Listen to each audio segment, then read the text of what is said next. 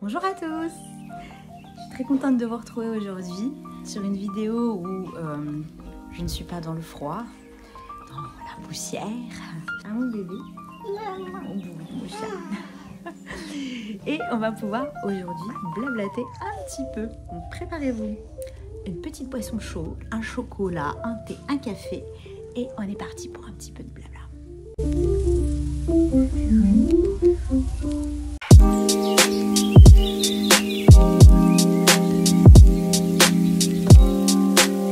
Je vais déjà commencer par vous expliquer un petit peu l'histoire qui m'a amenée à cette maison pour que vous puissiez comprendre pourquoi elle et comment. Il faut savoir que ça a été une histoire un peu rocambolesque, si je peux m'exprimer comme ça. En fait, je m'étais positionnée sur une première maison de base qui n'était pas du tout celle-ci, avec d'énormes voûtes comme dans les caves, qui étaient très très jolies et pour laquelle j'avais eu un coup de cœur. Je dois avoir une petite étoile qui me protège là-haut. 10 jours avant la signature définitive de cette maison, donc j'avais signé le compromis, je me rends sur place avec un artisan pour commencer à budgéter des choses et là je me fais interpeller assez violemment par les voisins qui m'expliquent par A plus B que en fait la dame qui me vendait cette maison m'aurait un petit peu arnaqué en me faisant croire que le terrain lui appartenait, parce qu'il y avait un beau petit bout de terrain avec, et en fin de compte ce terrain était en indivision avec notamment eux et d'autres personnes. Si ce jour-là, je ne m'étais pas rendue là et que je ne les avais pas vus, je ne l'aurais jamais su, j'aurais signé et en fin de compte, je me suis retrouvée avec un terrain dont je ne pouvais rien faire, ni m'y garer, ni faire une terrasse, ni laisser jouer mes enfants parce qu'en fin de compte, c'est une indivision et que du coup, ça ne m'appartenait pas, enfin, je pouvais rien y construire, rien en faire. À cette époque, quand j'avais visité donc la première maison sur laquelle je me suis positionnée, j'avais aussi visité celle-ci pour laquelle j'ai finalement signé. En surface, elle était beaucoup plus grande que la première avec laquelle j'hésitais. Je m'étais dit, peut-être à tort, que plus grand, ça voulait dire aussi plus de travaux et qu'il fallait plus de budget à prévoir. Et je t'aime. Je t'aime. Oh, oui, je t'aime. Je t'aime, maman. Finalement, elle était toujours disponible donc 6 mois après.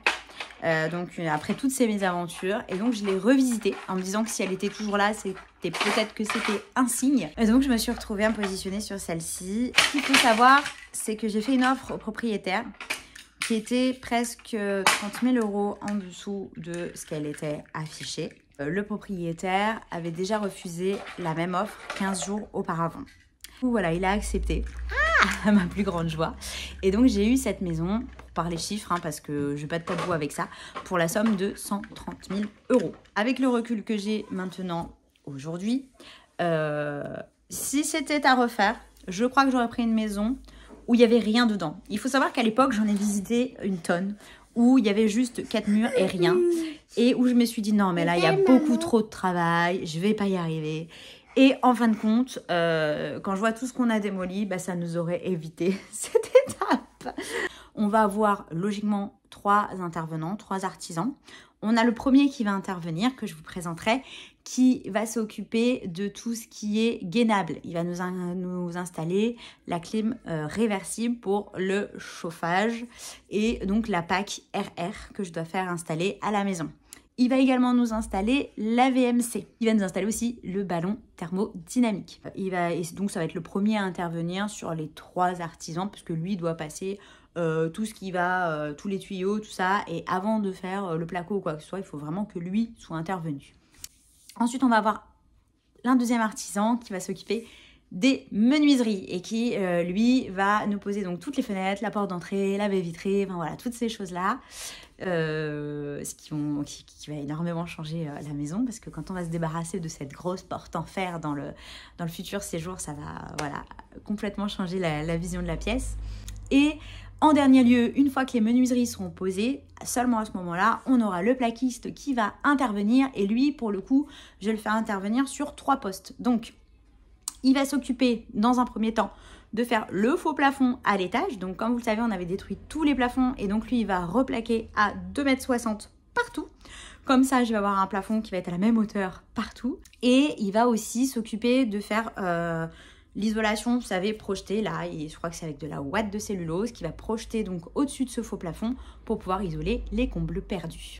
Il va s'occuper de tous les murs déperditifs. La façade qui donne dans la rue, qui a les déperditifs, forcément elle donne dehors. Vous avez la façade sur ma cour, donc qui est derrière, qui elle aussi donne dehors, donc là il va falloir s'en occuper. Et il y a la façade qui est du côté de, pour ceux qui suivent un petit peu les épisodes, de la grange non chauffée, la grange communale qui est collée à ma maison et qui elle pour le coup n'a pas du tout de chauffage et d'isolation, et donc du coup en fait c'est comme si on était dehors de ce côté-là. Donc ça aussi, ce mur-là, il faut s'en occuper. Par contre, tout ce qui se situe de l'autre côté de la maison, sur la dernière face, en admettant qu'on a un carré, tout ce qui se situe de l'autre côté de la maison, c'est collé à ma petite voisine qui, elle, est chauffée. Donc, il n'y a pas de souci, on peut laisser les pierres apparentes de ce côté-là. D'ailleurs, c'est ce qu'on va faire. Mais tous les autres côtés, donc toutes les 3 autres faces, vont être isolées et plaquées. Bon, ce qui n'empêche qu'on a quand même une face, on va pouvoir complètement garder les pierres apparentes. Donc ça, c'est une super nouvelle. En plus, ça tombe sur des pièces, voilà, je vais vous expliquer, qui sont quand même sympas. Et on a aussi, et ça c'est très important, on l'a découvert en bas, toutes les cloisons qui sont faites en pierre de taille. Donc au final, on aura beaucoup de murs qui quand même seront intermédiaires et seront en pierre. Et ça va être très très chouette sur le rendu final.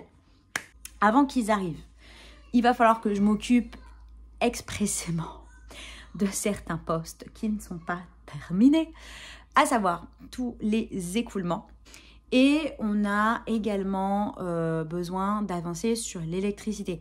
Tout ça, c'est des postes sur lesquels on doit obligatoirement avancer. De toute façon, les réseaux électriques et d'eau, c'est des choses primordiales à faire quand vous achetez une maison. Il va falloir aussi que je m'attelle à terminer le décroutage, en tout cas des murs de l'étage. Donc comme vous le savez, j'avais commencé à faire pas mal de murs là-haut, à décrouter pas mal de murs, mais ensuite on est un petit peu allé en bas à cause du fait que les messieurs devaient venir intervenir sur les poutres pour les Capricornes. Donc il a fallu absolument on s'occupe du bas, alors que le bas on va pas y habiter tout de suite, donc c'était pas des postes urgents. Il y avait aussi le fait, vous l'avez vu il n'y a pas longtemps, qu'on a retiré l'IPN. Et tant qu'on n'avait pas installé la poutre qui vient en remplacement de cette IPN, c'était dangereux de faire trop de tremblements ou d'à-coups. J'avais très peur tant qu'on était vraiment sur les étais et que rien n'était fini. Je voulais pas trop chambouler la maison pour éviter que tout s'écroule. Donc tant qu'on n'avait pas mis les poutres, je voulais pas réattaquer le décroutage de l'étage. Autre chose, pour ceux qui suivent toujours, vous le savez, on a eu un ou 2 chevrons à remplacer là sur la toiture. Donc ça c'est pareil, il faut qu'on le fasse avant l'intervention de tous ces gens. Donc une fois que les artisans seront intervenus, je vais vous donner les plans un petit peu pour le futur. Ce que j'aimerais, c'est que les enfants et moi on puisse aller vivre sur place. J'aimerais pouvoir investir l'étage. Le but c'est vraiment de rendre habitable autant que faire se peut les pièces du haut. Donc je parle d'habitable, hein, c'est-à-dire il n'y aura peut-être pas la peinture, ni le sol, ni voilà, ce sera un peu du camping. J'ai quand même pas mal de kilomètres qui me séparent actuellement de la maison. Là, je suis à côté de chez mon tonton pour que ce soit plus pratique. Ça nous fait quand même pas mal de route tous les jours. Et le fait de ne plus avoir ces allers-retours, ça va être un gain de temps énorme.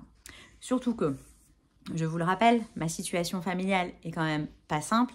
Déjà, d'être en rénovation, c'est compliqué. Quand tu as des enfants, c'est compliqué. Mais quand tu es maman solo, c'est encore un grade au-dessus. Alors attention, je ne me plains pas de ma situation. C'est moi qui l'ai voulu. Je suis très heureuse de ça. Je suis très heureuse d'être avec mes enfants. Je le vis très très bien.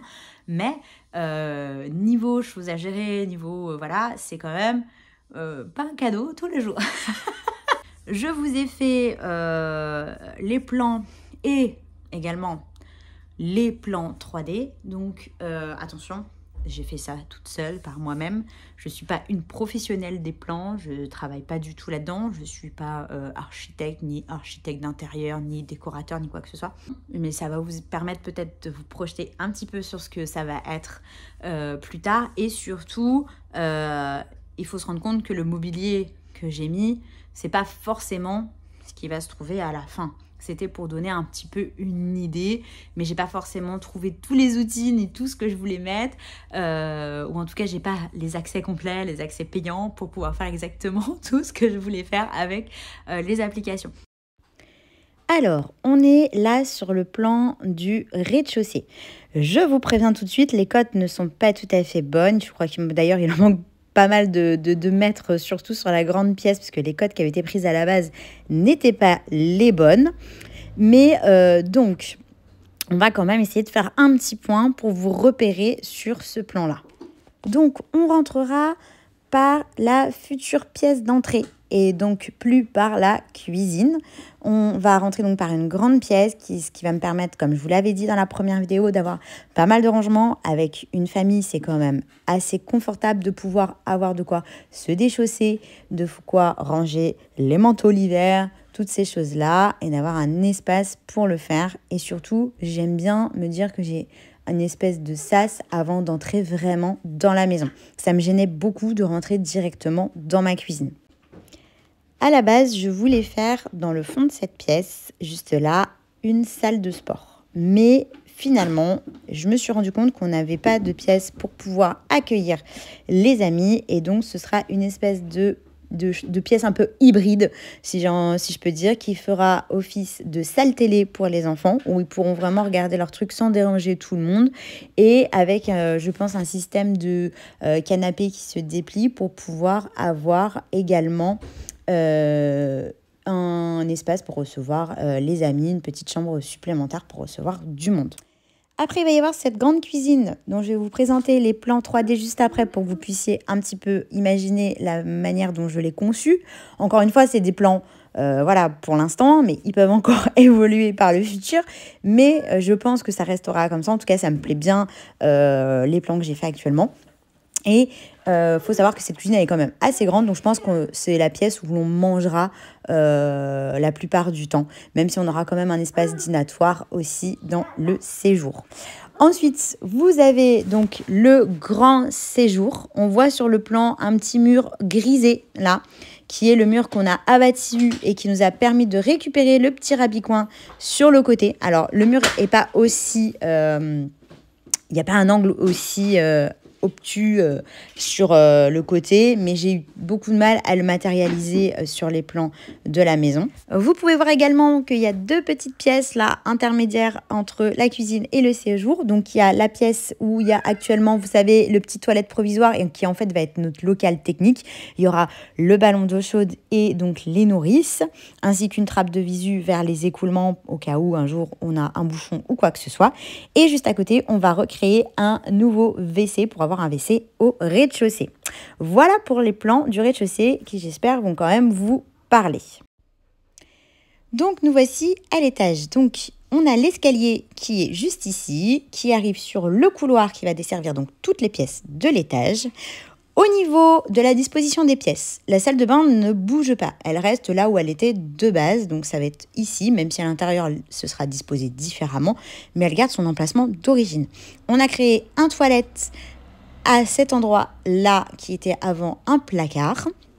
On a la chambre de Suzy qui va se trouver juste ici. On a la chambre d'Émile qui va se trouver juste là. Et on a la chambre de Charlie qui sera ici. De base, je devais cloisonner ma chambre un petit peu différemment, mais finalement, ce sera fait ainsi. Je vais vous expliquer. Donc, ma chambre, elle donnera sur la terrasse extérieure et ce sera une petite suite, parce qu'elle n'est pas très, très grande, mais juste ce qu'il faut. On aura la partie nuit, donc voilà, qui va donner sur la terrasse. On arrivera dans ma chambre par le dressing qui se trouvera du coup en plein milieu. Et vous aurez la partie avec une douche, un WC et un meuble vase qui se trouvera tout au fond et qui du coup sera collé à la chambre de Charlie.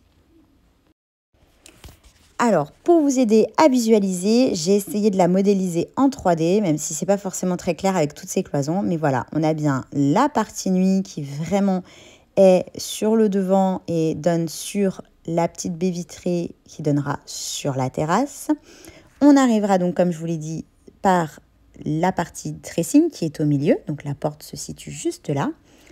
Et on aura la partie salle de bain, en fait, la partie pour se laver qui sera tout au fond assez éloignée parce que je voulais pas avoir les bruits de VMC et des choses comme ça.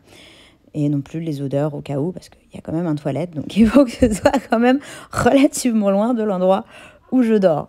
Voilà, ça c'est vraiment le plan final en 3D.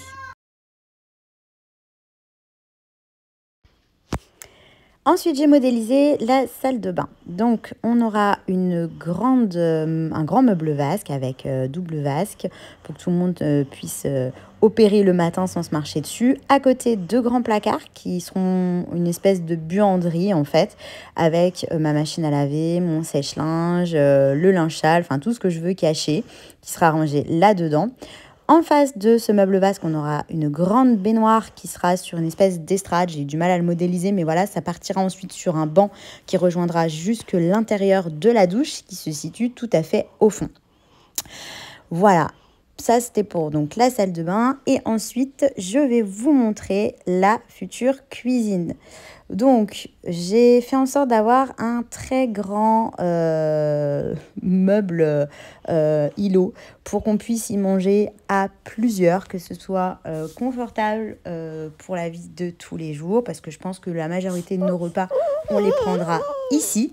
Donc, le but, c'était d'avoir vraiment ce grand îlot central avec toutes les parties qui cachent un petit peu le mur en pierre qui sera moins joli juste derrière et laissera apparent le grand mur en pierre de taille sur le côté.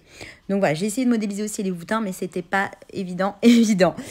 Ensuite, la pièce dont je suis quand même, je pense, la plus fière, ça va être cette grande pièce séjour salle à manger. Donc je dois vous rappeler quand même que sur les volumes, on est sur une pièce qui fait à peu près 40 mètres carrés, ce qui n'est pas négligeable. Et on aura une très grande partie qui sera la partie avec le canapé qui donnera directement sur cette grande baie vitrée à galandage qui donnera sur l'extérieur. Donc l'été, ce sera très très agréable. On aura aussi donc une partie pour manger, voilà, avec une grande table quand on recevra, quand on n'aura pas envie de manger forcément sur l'îlot ou des choses comme ça. Et on aura donc les 2 petites pièces là que je vous ai montré tout à l'heure qui seront donc la pièce pour avoir un petit WC au rez-de-chaussée et la pièce technique avec le ballon et tout ça. Voilà, je vous laisse avec les petites images pour bien voir un petit peu le rendu quand on sera dans la pièce. N'hésitez pas à me dire en commentaire ce que vous pensez de l'aménagement que j'ai prévu. Encore une fois, c'est un aménagement provisoire, je peux encore revenir dessus, mais je pense que dans l'idée, on restera quand même sur ces grandes lignes-là. Donc voilà, j'espère que ça vous plaît. En tout cas, j'y ai mis tout mon cœur. J'ai mis, voilà, c'était pas évident à faire, mais je pense que le rendu est plutôt proche de ce qu'on aura à la fin. Je voulais aussi vous parler de ce pourquoi, d'ailleurs, j'ai créé cette chaîne. À la base, c'était beaucoup parce que ma famille, elle est assez disséminée à travers la France. Et je m'étais dit qu'en faisant cette chaîne, ça allait leur permettre de pouvoir suivre l'avancée des choses. Et de 2, ça allait pouvoir nous faire des souvenirs. La seconde, c'est parce que je trouvais ça cool de pouvoir partager ça avec une communauté. Surtout que je dois vous le dire, franchement, vous êtes hyper bienveillants. J'ai jamais eu un seul message bizarre ou méchant ou mal placé. Vous m'envoyez énormément de soutien, énormément d'amour et ça fait un bien fou parce que ça aide dans les moments où des fois c'est un peu compliqué. Je vous lis et vous m'envoyez toujours du positif, des bonnes ondes. Vous me donnez aussi de très bons conseils et j'espère que de plus en plus d'ailleurs vous allez pouvoir m'en donner parce qu'on va arriver sur des parties où peut-être un peu plus techniques ou un peu plus subjectives comme la décoration de ce genre de choses où j'aimerais bien avoir votre avis. Montrer d'ailleurs que malgré qu'on est une maman avec pas mal d'enfants, pas mal de choses à gérer, qu'on a déjà une charge mentale assez importante, on peut s'investir dans des projets. Alors, pas forcément la rénovation, hein. Pour moi, c'est la rénovation de cette maison. C'est un gros projet, c'est vraiment un rêve qui se réalise. Mais ça peut être tout plein de choses, pas forcément d'ailleurs que les mamans, hein. Tous ces parents solo qui ont 2 fois plus de travail au quotidien, il faut le dire. Parce que quand tu dois tout assumer seul, forcément, c'est pas pareil. Tu n'as pas un moment où tu peux te relâcher. Tu n'as pas un moment où tu peux dire, ok, là, je passe le relais parce que je suis crevée ou parce que j'ai ça à faire. Non, tu peux pas. Tu dois toujours être à 100% de toi-même, voire 200% avec les enfants. Mais ça ne doit pas vous empêcher de vous mettre aussi dans des choses qui vous tiennent à cœur parce que la vie, elle passe très vite. Et que si vous ne le faites pas maintenant, tant que vous êtes encore plein d'énergie, bah, plus tard, ce sera trop tard en fait. C'est pas un frein, vos enfants, c'est plus un moteur. C'est eux que je regarde tous les matins et je me dis, allez, je vais aller dans le froid, je vais aller sur le chantier et je vais le faire parce qu'ils ont besoin que maman leur montre qu'elle a avancé et que ce qu'elle a fait, bah, c'est pour eux et que c'est à la hauteur de tout l'amour qu'ils me donnent en fait. Sur toutes ces bonnes paroles, je voulais encore une fois vous remercier pour votre engouement pour la chaîne. Vous êtes de plus en plus à suivre les aventures de tonton et moi et franchement ça me fait trop plaisir parce que je pensais qu'on allait avoir genre 50 abonnés sur cette chaîne, genre ma famille et mes amis. Et en fait, bah, vous êtes de plus en plus tous les mois et ça fait plaisir parce que bah, si ça vous intéresse, moi ça me motive à vous en partager encore plus. Après voilà, je sais pas trop encore où me positionner, je vais encore à tâtons sur plein de choses hein, pour être honnête. J'hésite encore à vous parler un peu de trop du côté perso parce que j'ai peur que ça vous ennuie, mais voilà, si ça vous intéresse, je le ferai, pourquoi pas faire des vidéos un petit peu hors série où justement je vous raconte d'autres choses. Voilà, tout ça c'est des projets qui me trottent dans la tête. Tout va dépendre un peu de la réaction que vous avez d'ailleurs par exemple à cette vidéo. Est-ce que ça vous a intéressé de me voir blablater ou est-ce que vous préférez qu'on se concentre que sur des vidéos 100% travaux où je vous montre vraiment que des choses où on tape dans le dur.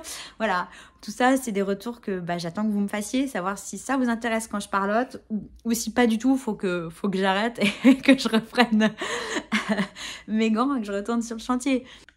Voilà, je voulais vous remercier quand même énormément parce que vous m'apportez beaucoup de bienveillance, beaucoup de soutien et ça n'a pas de prix. Prenez bien soin de vous. N'oubliez pas, pour ceux pour qui c'est pas fait, de vous abonner parce que je crois que au niveau des statistiques, on a encore beaucoup d'entre vous qui regardent les vidéos et qui ne sont pas abonnés, donc c'est dommage. Activez la petite cloche de notification pour pas louper les vidéos quand je les poste et un petit commentaire, ça aide pour le référencement de la chaîne. Je vous remercie encore pour tout. À très bientôt.